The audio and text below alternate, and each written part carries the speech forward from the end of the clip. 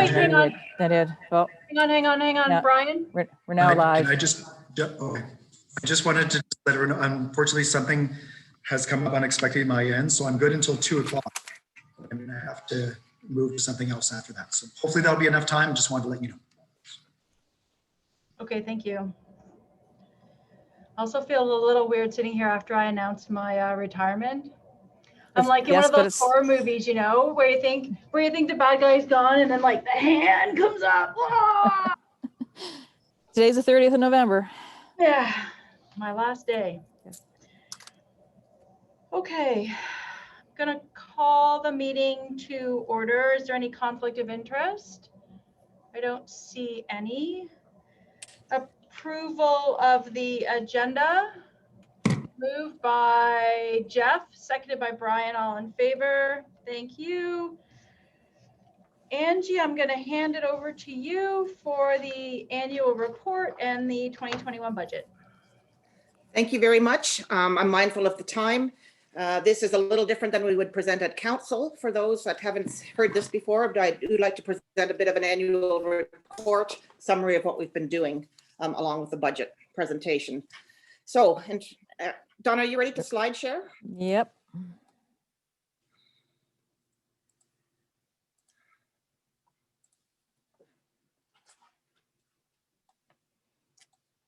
I just have to get it to the. Not sure from the beginning. There we go.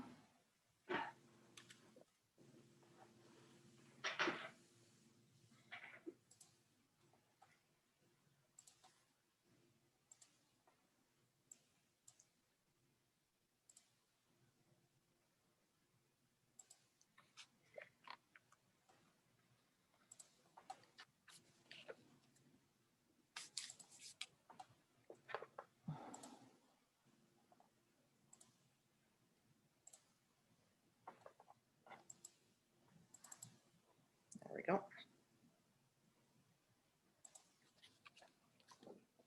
Great, thanks very much. I'll start. Right, there you go. Oops. Okay, so if you could go back, my first comments are on the photo. Yep. It's Okay, it slid without me knowing. All righty. Okay, today's presentation includes the annual report for 2020, as well as the proposed budget for 2021. In terms of the budget preparation, we have worked collaboratively with CFO and City Treasurer Desiree Kennedy, and we are guided by our business plan priorities as well as the Police Services Act. So the year 2020 has been unprecedented, such that in our own community, not only have we been seeing the results of an ongoing opioid crisis through increased overdoses and deaths, but also the impact of the COVID-19 pandemic, which has exacerbated the conditions for those most vulnerable in our community who are experiencing homelessness, addictions, and mental health crisis. In addition, we have seen vigils and demonstrations in communities here and globally as a result of the death of George Floyd and others. The pandemic in particular resulted in staffing changes within the Kingston Police to ensure that we as an organization maintained sufficient operational capacity to effectively serve our community, ensure the safety of our members while on duty, and maintain a healthy reserve of officers should other members be unable to work. This resulted in the collapsing of most specialty units, including street crime, emergency response, training, core, traffic, and some members of the Criminal Investigation Division from April through to August 31st of 2020. We also had the ability of some members to work remotely from home. So the Kingston Police 2019-2022 strategic plan sets out 5 key priorities that you'll see on the screen. These priorities speak to areas where special attention, resources, and efforts are needed over the next 4 years. So the next slide.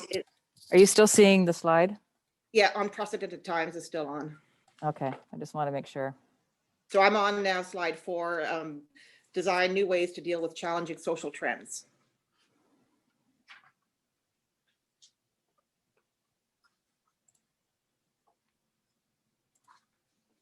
Okay. Social trends and a variety of non-criminal issues have a significant impact on policing services, resources, demands, and training requirements. In 2020, members of the Kingston Police focused on the following: the MCERT Coast model. On October 2nd, 2019, Kingston Police and Addictions Mental Health launched the Mobile Crisis Rapid Response Team, MCERT, and the Coast Team to better serve persons suffering with mental health and addiction issues in the city of Kingston. This Angie, program was, yes. I'm just going to interrupt you for a minute. My screen share looks really weird. It's just a narrow white bar.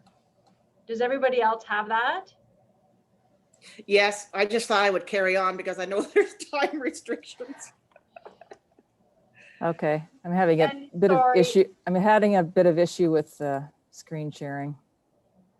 And sorry to be a pain in the ass, but can you just go back quickly to the strategic plan priorities, just so that we all have that in our minds? Yeah, slide 3.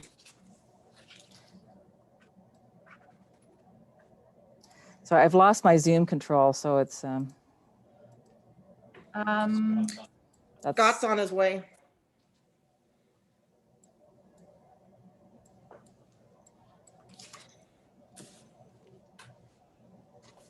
I've confused it with too many things.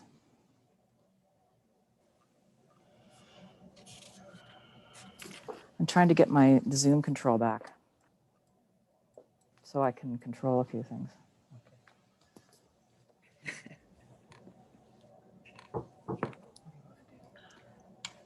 Well, I need to see my options down here.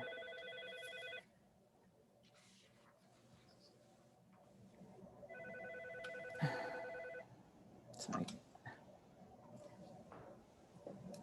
I need to see what's there. Okay.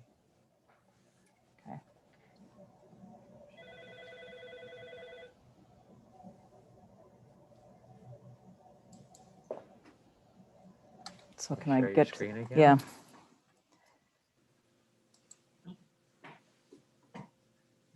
Do this, right? Yeah.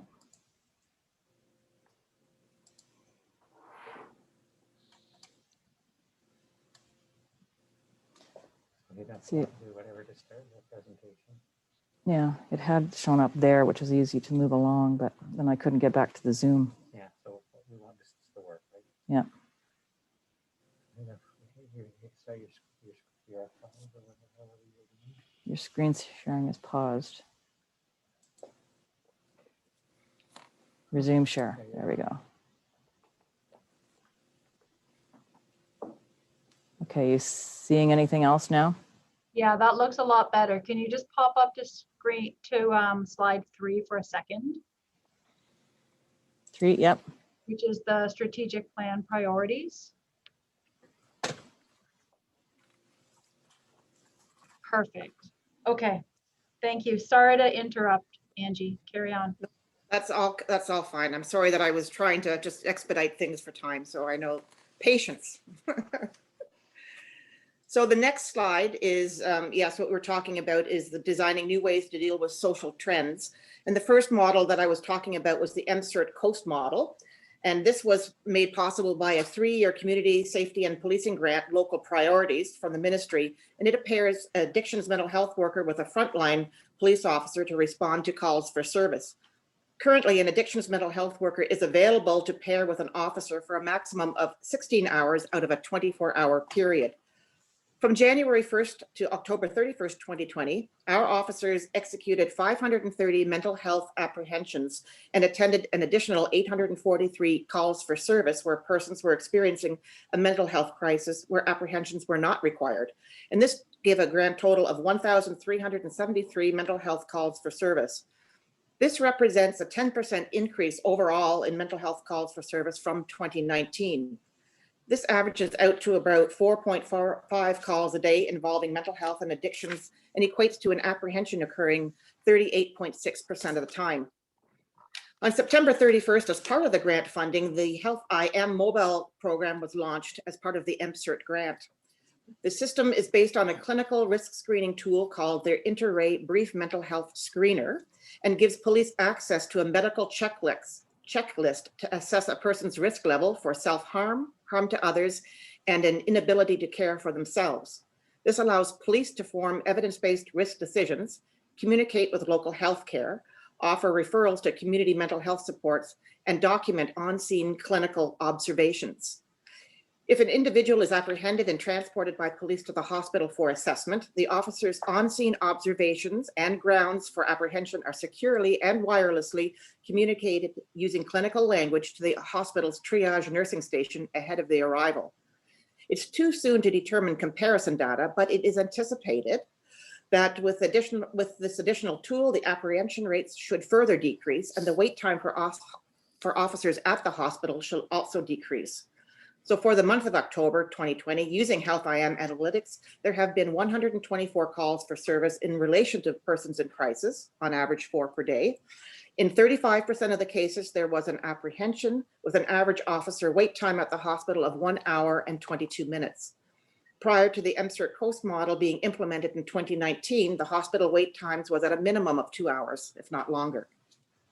In terms of the Coast, where the Vulnerable Sector Unit officer is embedded within the Addictions Mental Health KFL&A, Detective Constable Landcott was assigned 78 cases for review, resulting in 11 required Coast model response, in addition to the 53 referrals made to mental health resources. The program allows for direct follow-ups being referred to Coast.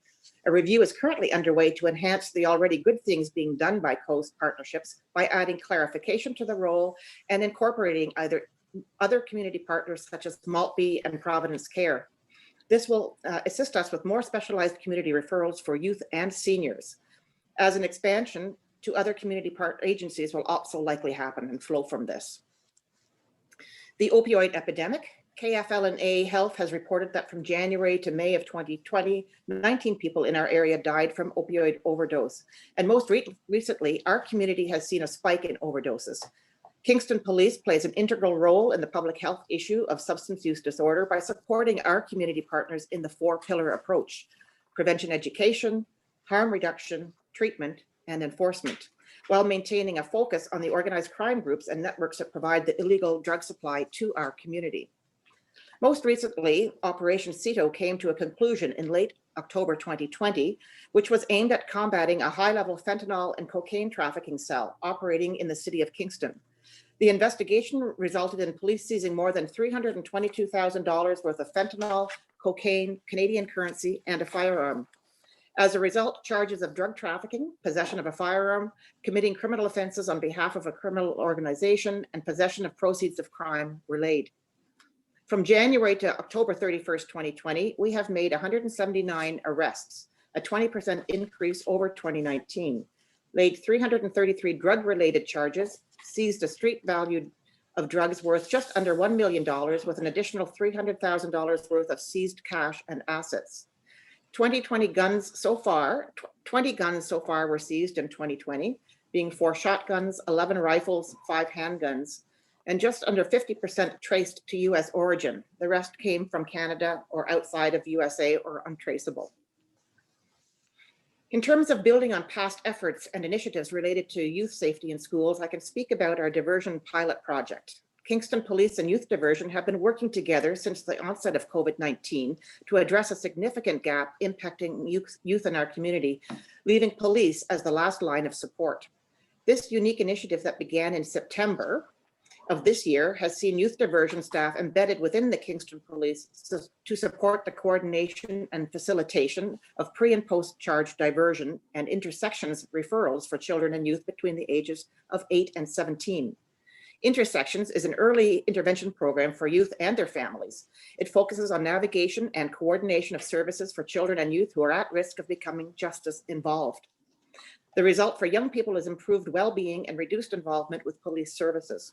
Young individuals and their families often come into contact with police because of situations relating to mental health challenges, childhood and youth developmental needs, and/or substance use struggles.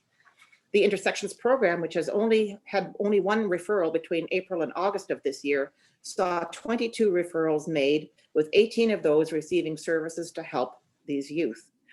These September statistics continue to grow in October, and a full report is anticipated prior to the project renewal in March of 2021.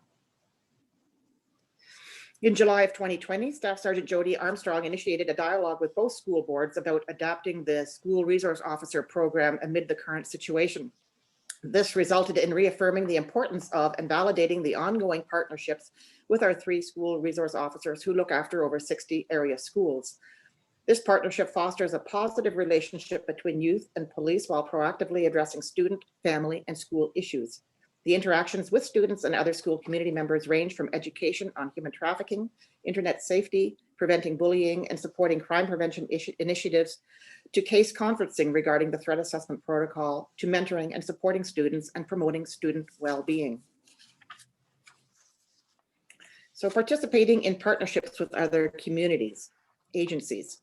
As of November 1st, 2020, Kingston Police have seconded one of our members to the OPP Joint Forces Operation Human Trafficking Team for the East Region.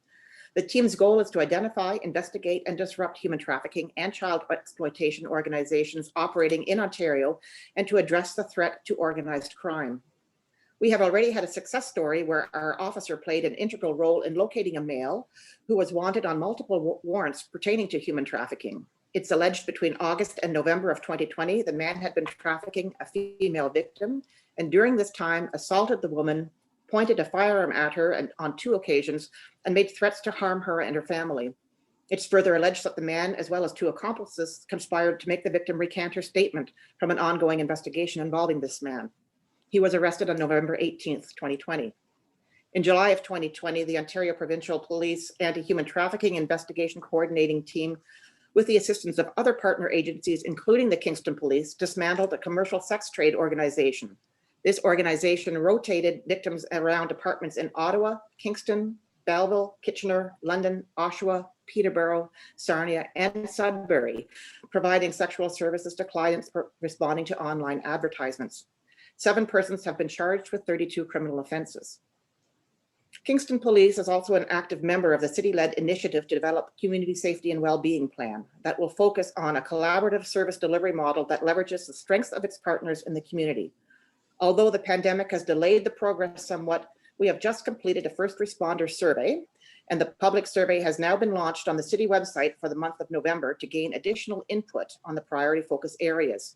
The project timelines have a goal of the summer of 2021 to submit the plan and to City Council and then to the province. With the enactment of provincial and municipal states of emergency due to COVID-19 pandemic, Kingston Police, in particular Staff Sergeant Jody Armstrong and Sergeant Steve Koopman taking the lead, have collaboratively been working with KFLNA Public Health and City of Kingston Bylaw, our frontline officers and special constables, as well as other partner agencies, to enable our community, to educate our communities about the ongoing changes in the Emergency Management and Civil Protection Act / Reopening Ontario Act 2020, and to ensure that an effective enforcement strategy is implemented, ensuring public safety within our community. This has proven to be an effective strategy, initially taking a very measured approach involving education, and then moving to a more enforcement-led approach. This has resulted most recently with issuing 3 separate summonses for hosting an unlawful gathering for a fine of $10,000 each. Since March 18th, with this collaborative approach, we have responded to 580 calls, proceeded with 24 charges. The variety of calls related to this include the use of park amenities, public gatherings, non-essential workplaces being open, compliance checks for the Quarantine Act, which has been around 98, not wearing a mask indoors in the public area, and bylaws pertaining to noise and nuisance party. Kingston Police, led by Staff Sergeant Armstrong and Sergeant Koopman, have been an active community support partner in working with Street Health, City of Kingston Housing and Bylaw, and Public Health in transitioning encampments from Bell Park to other shelters, housing opportunities, including supporting the integrated care hub at Artillery Park, and then their transition to 661 Montreal Street. Sergeant Koopman continues to partner with the Integrated Care Hub managers to do outreach in the surrounding neighborhoods and to educate the community on the role of the police and the services available in the Integrated Care Hub. Brochures are handed out indicating the different agencies and who to call for certain matters. In late October, Kingston Police, in partnership with Kingston Fire and Rescue and Kingston Central Ambulance Communication Center, launched the What 3 Words app. It's a free and potentially life-saving smartphone application that helps emergency responders quickly find you when you aren't sure where you are. Developed by the UK-based company, it has assigned a unique 3-word combination to every 3 meter by 3 meter square on Earth. Kingston's the first community in Canada where all 3 emergency services have worked together to introduce the application to residents. So the next slide is talking about how to implement a new evidence-informed policing and staffing model. So Kingston Police engaged consultants from Strategic Direction in the fall of 2019 to assist the Shift Schedule Committee by reviewing and analyzing the call data to drive shift schedule options, including looking at the current schedule. The goal was to recommend an option that best aligns with evidence-based call load requirements, taking into consideration the needs of members and optimizing a healthy work-life balance. From there, a number of different schedules were reviewed and analyzed, and the committee evaluated each one on many criteria, including but not limited to start time flexibility, maintaining accrued time, impact on employee health and work-life balance, shift coverage during peak call volumes, and the number of weekends worked. 2 options were selected and presented to the membership to vote on, one being an augmented version of the current schedule, but with an altered start times and defined percentage of officers working at each time, and the second option commonly referred to as the 5-4 schedule. The vote was completed with a majority vote for the amended current schedule, and this will take place, will put in place for 2021 deployment with an assessment to occur in October of 2021. Zone reviews will be addressed in the new year. In terms of the expansion of roles for special constables, as a result of the pandemic, the role of our special constables have been expanded due to the enactment of provincial and municipal states of emergency, where the ministry designated special constables as having the authority to enforce the EMCPA and ROA. This was an effective use of our special constables, as their workloads in the courts was significantly reduced as a result of the courts initially closing, followed by use of video conferencing and Zoom appearances and limited in-person appearances. In addition, from April to August 31st, during the Healthy Reserve schedule, special constables were assigned to platoons as prisoner transport using compartmentalized prisoner van, as opposed to transporting arrested persons in frontline cruisers to the station. Recruit, retain, and develop the best policing team. In terms of recruitment, in 2019, City Council approved the hiring of 10 additional new recruits in 2020 to backfill for members who are away from work due to long-term absences. They have all been hired, the 10th member currently at the Ontario Police College in this September intake. Council also approved hiring a new IT position, with the competition having just been completed and a successful applicant being notified shortly. In 2020, our HR director held 37 on-site recruitment sessions with a total of 167 attendees. Out of the 167 applicants, 67 went to first level interviews, 28 went to second level interviews, and 25 passed the second level interview process. We hired 5 for the January intake at the Ontario Police College, 7 in the June intake, and 4 in the September intake, with a total of 16 new recruits, with 62.5% male, 38% being female, and 9% visible minority. The additional diversity they bring with them are in education, work experience, and volunteer work. They also bring the French, Spanish, and Korean languages to our organization. In total, in 2020, year to date, we have had 286 new recruit applicants on NJoin versus 356 for the entire year in 2019. With respect to hiring civilian employees in 2020, the HR director has held 17 competitions with 38 internal applicants and 1,144 external applicants. 23 new civilian employees have been hired to date, with a number of competitions still occurring, which could reach to about 30 hires this year. In terms of our promotional procedure, although the pandemic has caused delay, the committee has worked diligently to finalize the new promotional process by the end of 2020. Despite the progress made, there are still some outstanding items that must be covered, preventing the new process to be implemented in time for this year's promotion. As a result, the committee recommended that a reasonable timeline for the implementation of the new promotional process would be in the spring of 2021, and that management should make current promotions under the existing general order. This recommendation was accepted.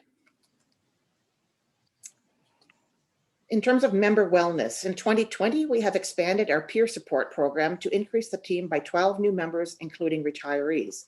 That will bring the team to 22 members from across the organization. We have also included an occupational therapist to our suite of resources available to our members, which includes assisting in return to work. Constable Trevor Bethune has piloted a new training component for our new recruits to complete with their coach officers once they have graduated from the Ontario Police College, called Recruit Operational Readiness Training. It incorporates 6 core commitments aimed to strengthen individual resilience and includes breathing techniques, mindfulness, and a Clear to Thrive app, resources, and assignments to be completed along the way. This is integrated into the learning done when responding to the different calls for service over the course of the 3 months they are with their coach officers. In 2020, we initiated training in implicit bias and cultural competency, a toolkit to support respectful workplaces and service to the public, which was rolled out to our communication staff in February and October of 2020. It is scheduled for the rest of our members in the spring of 2021. Our communicators also received specialized enhanced training in incident command and de-escalation, which was completed this fall. We are currently exploring the introduction of positive psychology education for our supervisors through a partnership with Laurier University as part of an online certificate program. Safeguarding our reputation and investing in relationships. Office 365, which provides the ability to have the intranet, is awaiting approval of the 2021 budget, which includes funding for licenses and related applications for security and archiving. Once that is approved, then the intranet application can occur, facilitating internal communications. Authentic working relationships. In 2017, Kingston Police entered into an MOU with members of the Sexual Assault Center Kingston and Pamela Cross, an independent lawyer, to review a random sampling of all founded and unfounded completed investigations of sexual assault investigations not before the courts, where the complainant was 16 years of age and older and the suspect 18 years and older. In 2020, we have broadened the scope of review to include all sexual assault reports received with the same parameters. It's important that the Kingston Police have a holistic and victim-centered approach, strengthen investigations to improve trust and confidence within policing for survivors to report sexual assaults to police, and to have increased collaboration and relationship building within our community. Equity, diversity, and inclusion. The Kingston Police subscribe to the Ontario Association Chiefs of Police Constable selection system when hiring new recruits. Over the past several years, some police services have requested that the CSS process be modernized, and it was recognized that the process required updating. The OACP entered into a contractual agreement with a consultant and successfully launched the new OACP certificate process. The new online process is more accessible, affordable, and bias-free than the previous process, and will broaden the applicant pool. Although the core unit provided frontline support between April and August of 2020, the Victim Services Diversity Officer continues to liaise with our community, engaging with immigrant settlement groups, seniors, and youth associations, and engagement with the Indigenous community. Specialized training was also received in hate crime investigations. CORE is investigating the redesigning of the Victim Services Diversity Officer position to expand into an equity, diversity, and inclusion model, including recruitment. Outreach has already been initiated to gather information on best practices. This past August, the senior leadership team engaged with a workplace diversity consulting firm to begin discussions surrounding the development of an environmental scan on EDI policies, procedures, and training to ensure the Kingston Police is compliant with best practices in the field of workplace inclusion. From this will flow a strategic plan and communications plan, as well as next steps to incorporate community engagement. This will be formalized to take place early in 2021. Building capacity for high performance in a changing world. Leveraging advances in technology. As already mentioned, the Health IM software has just been installed on the mobile phones and has been in use since October of 2020. Building on the 2019 deployment of smartphones to some frontline officers, in 2020 we are able to expand this into a pool of phones so that each officer is able to carry a smartphone when on duty. As mentioned last year, the evidence.com app is installed on each of these phones, allowing members to take photos or video interviews at the scene. The app also allows for a citizen to submit digital evidence themselves to a secure site. Accident Support Services has just recently made available the opportunity for the Kingston Police to have access to electronic motor vehicle collision report submissions from cruisers. With the hiring of the additional Kingston Police IT technician working in conjunction with the traffic sergeant, this process can now move forward in 2021. In NG911, we are working collaboratively with the city GIS staff to ensure that we are best prepared to move forward in 2021. The only delay is as a result of the COVID-19, and the CRTC timelines have been adjusted to reflect this, with the old system now set to be decommissioned on March 30th, 2024 from June 30th, 2023. Cybersecurity, the request for proposal has just closed for Security Operations Center and Managed Detection and Response. Specific funding for this project was approved in 2020 in the operational budget. The goal is to evolve our network security by engaging a qualified vendor to provide remote monitoring of our system to detect and respond to any suspicious activity and to detect such occurrences 24/7, 365 in near real time. By outsourcing these activities, we're able to reduce the cost of this level of security while providing around-the-clock coverage by a large, highly qualified international team of security professionals. Scott Joffrey has also implemented additional monitoring and endpoint applications that ensure that downloaded files are not infected before they land on our computer laptops.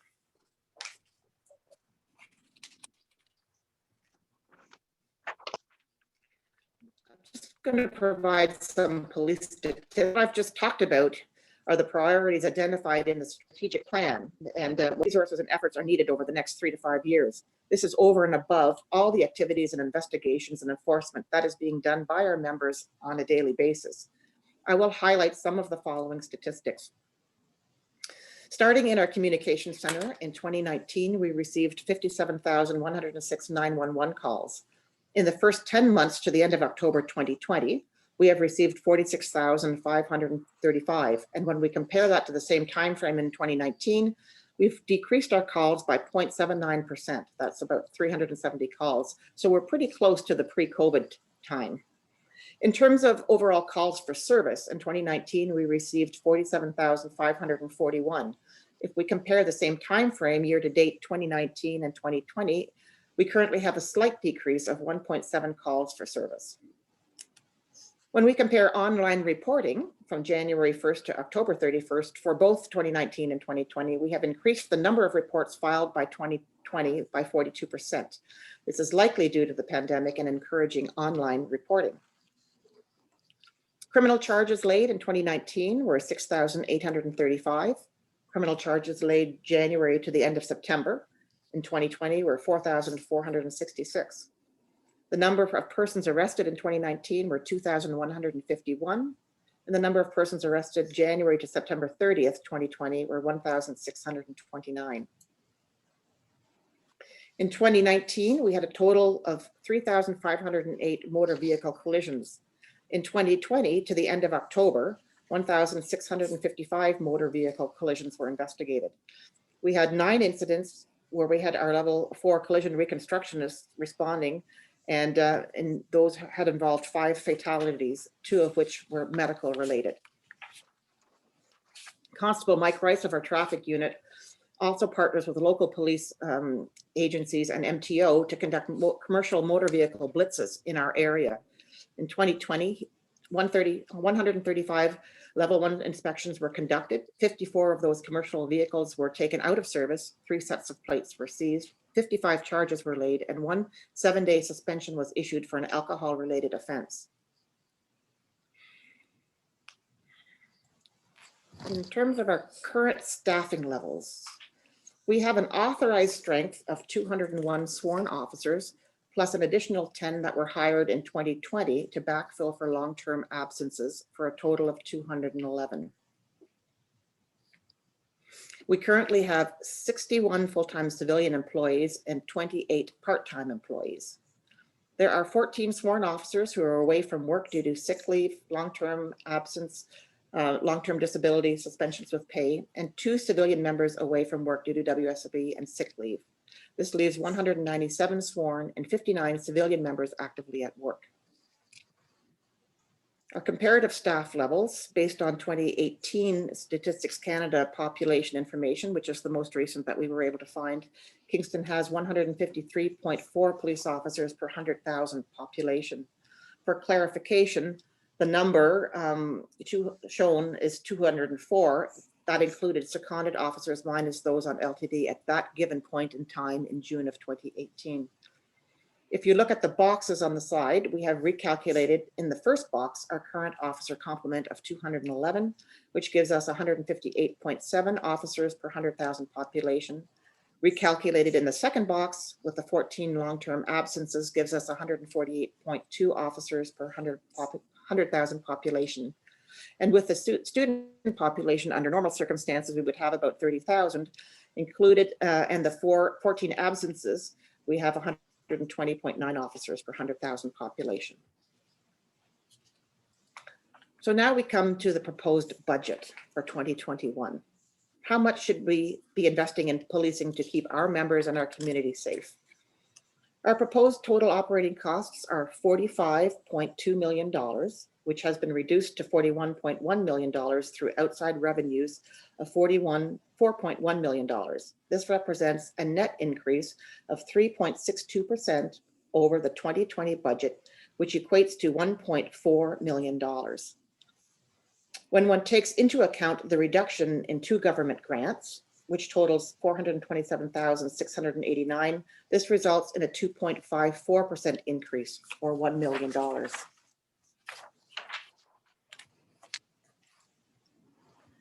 Revenue budget changes. Overall revenues are projected to decrease 7.57%, or $336,400 in 2021. This is taking into account net changes in secondments and the reduction of the 2 grants. Although the Prisoner Transportation and Court Security Grant expires December 31st, 2020, it is anticipated to be renewed for an additional year at the same amount. Likewise, the Community Safety and Policing Grant local stream is locked in for another year and is due to expire March 31st, 2023. Reduced provincial grants provide an increase to the overall budget by 1.08%. Budget changes in wages and benefits. Wages and benefits increased by $972,400 in 2021. Wage changes, benefits, and net secondment changes increased the budget by $722,100. Officers going through the pay grid progressions cost $372,400 in wages. And hiring 4th-class constables in 2020 as 1st-class officers resign has given a savings of $315,300. There were 3 positions budgeted for part of the year in 2020, which now will be in place for the entire year in 2021, resulting in an increase of $113,300. Overall wages and benefits account for 86.1% of the total budget operating costs. Supplies and materials account for just 6.5% of the total operating budget and reflects a decrease of $41,500. This is reflected in savings in fuel costs, travel, and electricity.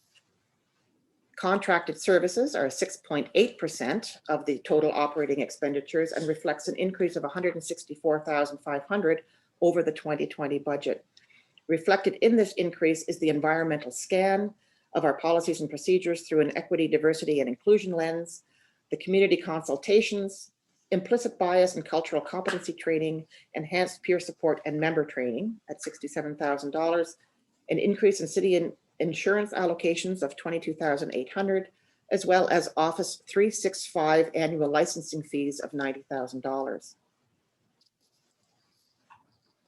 The contribution to reserves, the city charges us an allocation each year that goes to police capital reserves. This has been increased by 2% as per the city request for a $5,000 increase from 2020.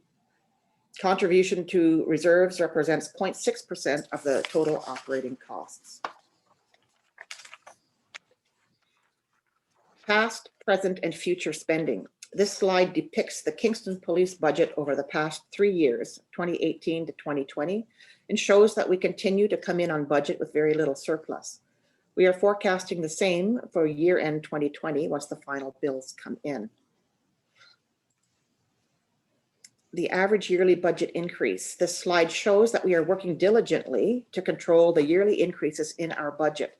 The 2020 increase was as a result of restructuring our communications unit and adding an additional 3 sergeants for supervision.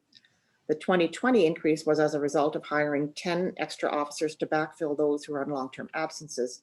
And the 2021 increase is as a result of funding loss and grants, which if received would have put us back on the trend line of 2.54%.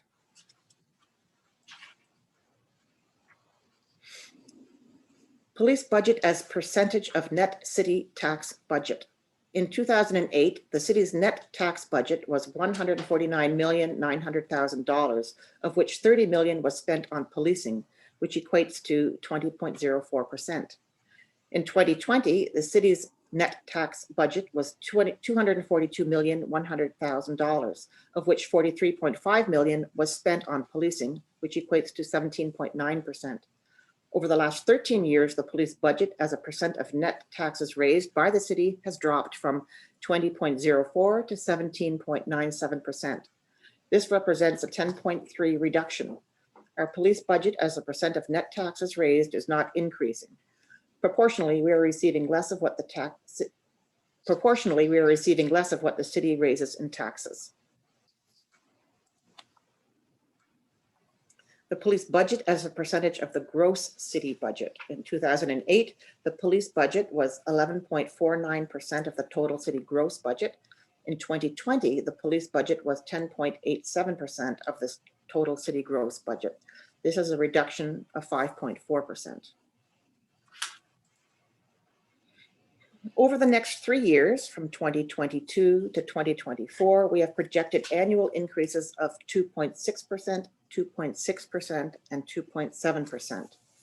This forecast assumes an inflation rate of 2% per year on operational costs, maintaining the $200,000 transfer from reserves to the police budget in 2022 and 2023, reducing the transfer to $100,000 in 2024, and concluding the $100,000 transfer in 2025.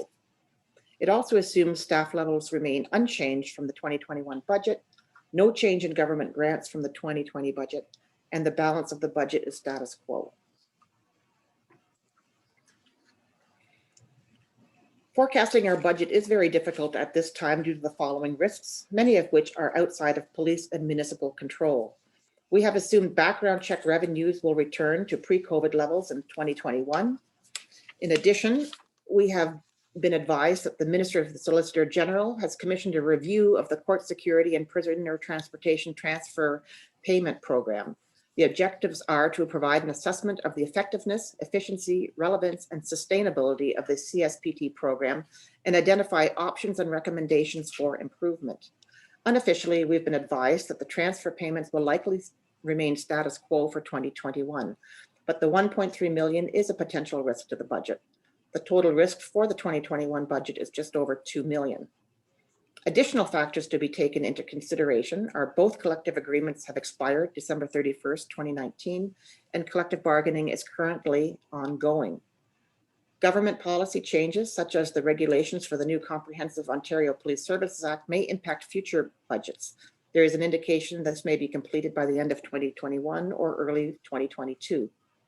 The impact of globalization and what occurs in other countries cannot be understated, as those incidents have the potential to affect our local communities.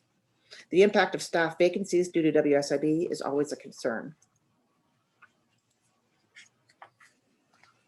Finally, our capital request. The 2021 capital request is $910,000, which is within the envelope that the city has set aside for us. Our biggest requirement costs is for fleet, where we will be replacing 12 vehicles throughout the organization at a cost of $470,000. For IT, a total of $170,000 is set aside for refreshing desktops, portable radio batteries, and Zoom room installations. And finally, $170,000 is set aside for critical incident equipment for the traffic unit, rifle replacements for the ERU, forensic computer, and conducted energy weapon refresh.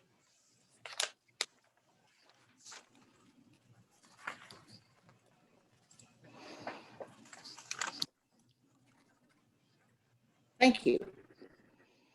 So I'm going to ask if there are any questions from the board, but I'm going to start Do with, you mind? sorry, Angie, what? Sorry, no, I was just gonna grab a glass of water for a moment if I could. Yes, Do you mind? I'm just gonna pop and get a glass of water. I'll be right back. go ahead. What I was going to say is we might start with Brian because he's under time constraints. Not to put you on the spot, but to give you the opportunity.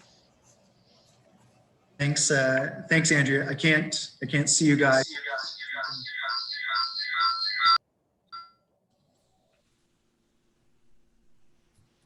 Can you hear me okay? Great.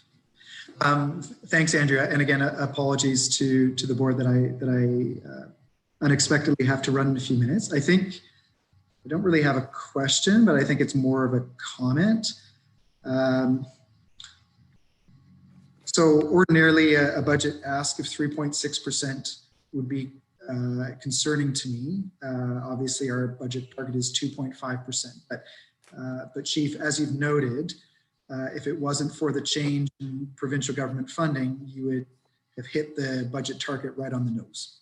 And so I want to say thank you for that. And I certainly commend you and your team for that work to be able to hit that target. Unfortunately, there are departments and agencies that sometimes are hit by changes in provincial funding, and we just have to manage that as well as a city. But I don't see that's not the fault of this organization. So I've been in.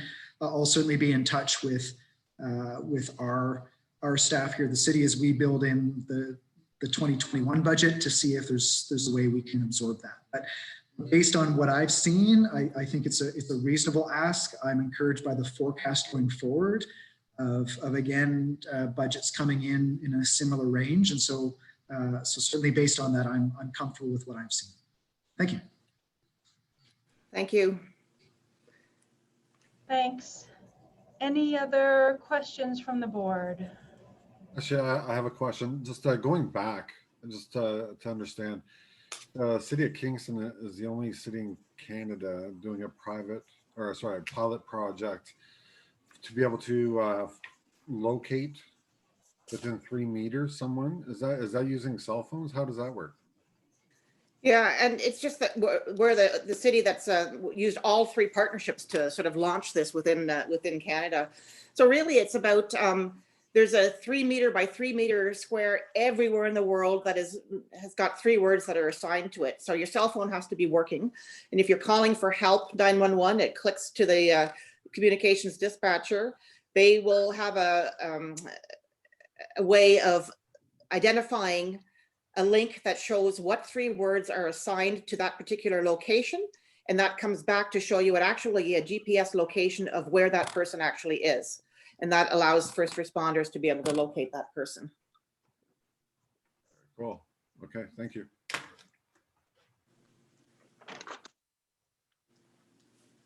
Other questions from the board?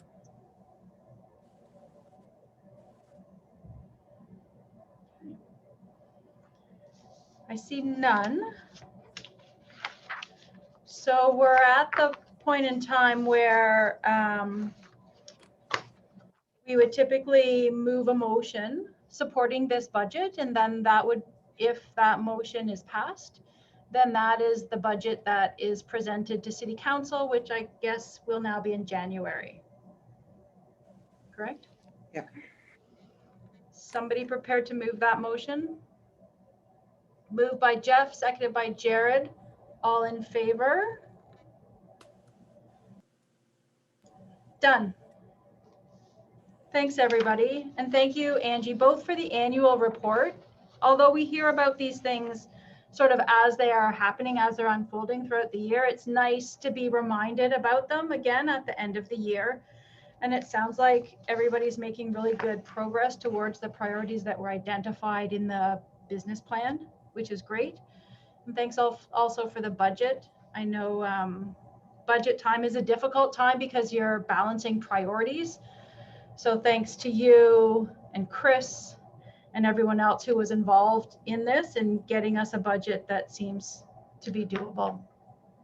It was a team effort, truly, and I wanted to again thank everybody as well, John and Scott and Sonia and the senior officers, everyone worked together on this. So thank you very much for your help. Thank you. Motion to move in camera. Moved by Jared, seconded by Jeff. All in favor? Thanks, Oops. everybody. Bye.